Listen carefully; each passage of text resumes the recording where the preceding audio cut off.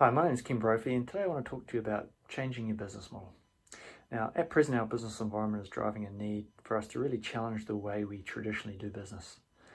And changing your whole approach to business may not be easy, and there are certainly lots of steps. But what I wanted to cover off today was just some of the practical, first up questions you need to be asking yourself around what it is you're trying to achieve. Now, there are often, probably 5 key things that really drive a need to challenge and change your business model. And some of that will actually take you to a place where you may even need to change your whole approach to platforms. But typically they relate around product and services and how you then start to factor in the use of information and interactions into how those are delivered. Secondly, a move from just straight out physical infrastructure to one which is more omni infrastructure and takes into account the role of digital. Next, you've got sequential and linear approaches to business being changed to be more multidimensional with all the respective parties involved in the ecosystem coming together. A change of language from customers and providers to one of participants in that ecosystem. And then lastly, how do we make sure that we're actually creating value through the network effect of that ecosystem rather than just thinking about us creating value through our process? Now, one of the things that I've found really encouraging through the COVID outbreak so far is how collaborative people are trying to be and this real desire to help. So what I want to use is some examples that I've seen that help illuminate some of the key questions that I typically ask when working with organizations around changing their business model. So the first question is actually, what is the problem that the participants are trying to solve? Now, the first example is Neat Meats, which is a boutique meat provider here in New Zealand who obviously couldn't access their customers with all of us in isolation. And so they partnered with their friends at Hyperride, which is an organization that specializes in transport solutions, and together they were able to create an in-home delivery service for these boutique meats. Now, obviously off the back of that, other boutique providers came on board, and so now you've got an enlarging platform and a change in business model around how some of those products are being provided to customers. Next, what information do participants actually need to be able to make a really good decision? And one of the things that I think has been really cool with COVID is the creation of the Manaaki platform, which has enabled lots of SME business owners to ask whatever question they may have and have those answered by over 150 business experts ranging from HR, sales, marketing, finance, business strategy, etc.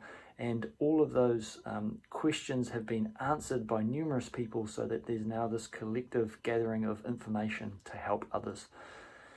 The third one is, what interactions will participants find valuable and worth paying for? So obviously all of us have been locked out from our favorite cafes and restaurants. And so while it was happening, SOS Business was set up to allow us to forward book and pay for our favorite coffees and scones or whatever other thing we might want from our cafes, so that when they opened their doors, they knew that they had a pipeline of services and products to provide and some cash flow, which was awesome.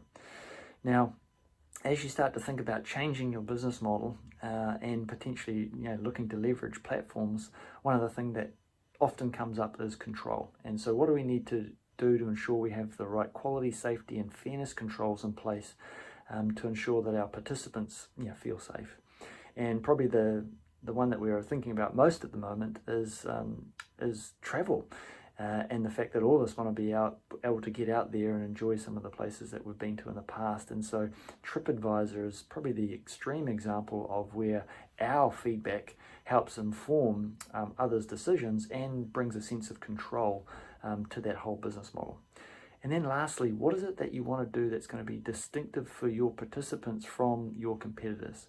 Now, again, the extreme version of this would be Apple in relation to everything they do within their ecosystem is about making them distinctive, whether it's their in-store experience, whether the unwrap experience, whether it's what you experience when you're in the App Store, but everything in that organization is aligned from a business model perspective to making them extremely distinct.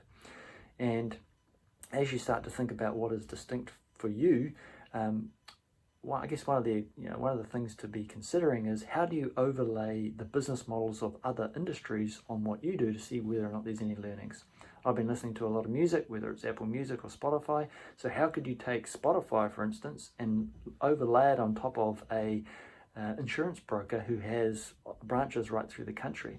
What would that mean for them? How could they use that to challenge their traditional business model and think about what they could do that could create greater value and distinctiveness for their customers? Now, anytime that you're working with business models, there's obviously risks, whether it's indecision and not giving them the right required attention, the fact it might take away time, money from your core business processes, at least in the short term, or that what you're doing may impact your ability to deliver through having processes and systems and people all aligned to the past ways of working. And so really the questions I'd like to leave you with come down to what is your current business model? What are the pros and cons of that business model? When you start to think about what's going on in the environment, where do you see the key challenges to your business model? And what are some of the potential options that you could bring to the table to think about what you could do differently? Whether it's taking examples like my Spotify one or some of the ones I've mentioned, overlaying that on top of what you currently do and going, hey, what could we do business model wise that would allow us to create greater value for our customers and help them to answer some of the questions or challenges that they're facing through COVID? And then lastly, what you really need to be able to think about is, do I have the tools and the thinking and the capability that allows me to make all of the required organizational choices, changes that I'm going to have to drive what is required around my new business model? And that's really where some of my previous videos come into play around this metaphor of the cube and changing all of the component parts of that to give you an aligned organization. But you can find plenty of information on that on the website. However, if you do want to talk to me about changing your business model, then obviously my contact details are here on the site. Thanks a lot. Bye.